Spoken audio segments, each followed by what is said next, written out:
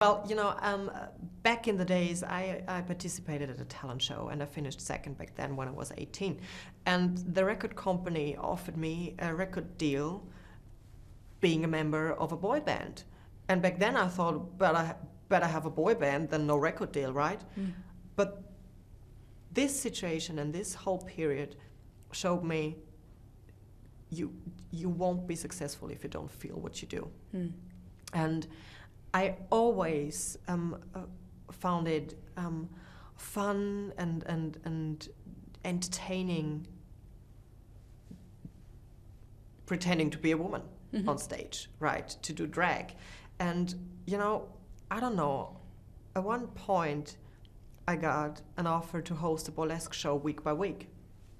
And I thought, oh, yeah, I could do that in drag, but then I have to shave every week, and then I would look like a 12-year-old for this whole period. And then I asked if like the lady from the burlesque group would be fine having a bearded lady as a host, and she agreed. And and the rest just happened. I love it. I think the concept of the Eurovision Song Contest is just such a beautiful one. I mean, there are certain rules, just 6 people on stage and no animals and whatever.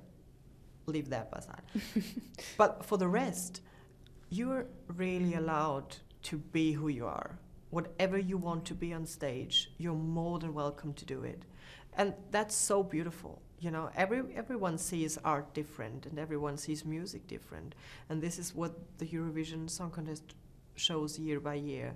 So for me, of course, it needs to get bigger to get the whole world involved in this beautiful experience. So I'm happy that you're back. I kind of like it, and and on the other hand, sometimes I really don't understand what the fuss is all about. It's just a beard, and at the end of the day, I'm still a man in high heels and a wig, and that's it. It's not that big of a deal. But yeah, people are interested, and I'm kind of overwhelmed that it actually causes so many important discussions.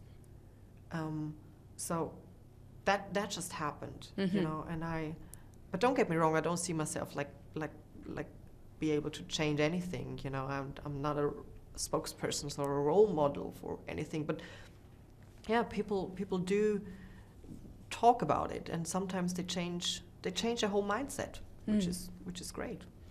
Being invited to Sydney for the first time 2 years ago, coming here and with all these pictures in my head and all those stories of this open-minded city and country, hearing that equal marriage is not happening was really a bummer. Yeah. I mean, I thought, excuse me? You do have Mardi Gras, and you're celebrating, like the whole city is celebrating. Everybody is proud and enthusiastic and happy that so many tourists would come. And then you don't have equal marriage? I just don't get what the government is afraid of, because we are asking for the same rights and also the same responsibilities. And we won't change the concept of marriage. The only thing what would happen is that more people would be happy.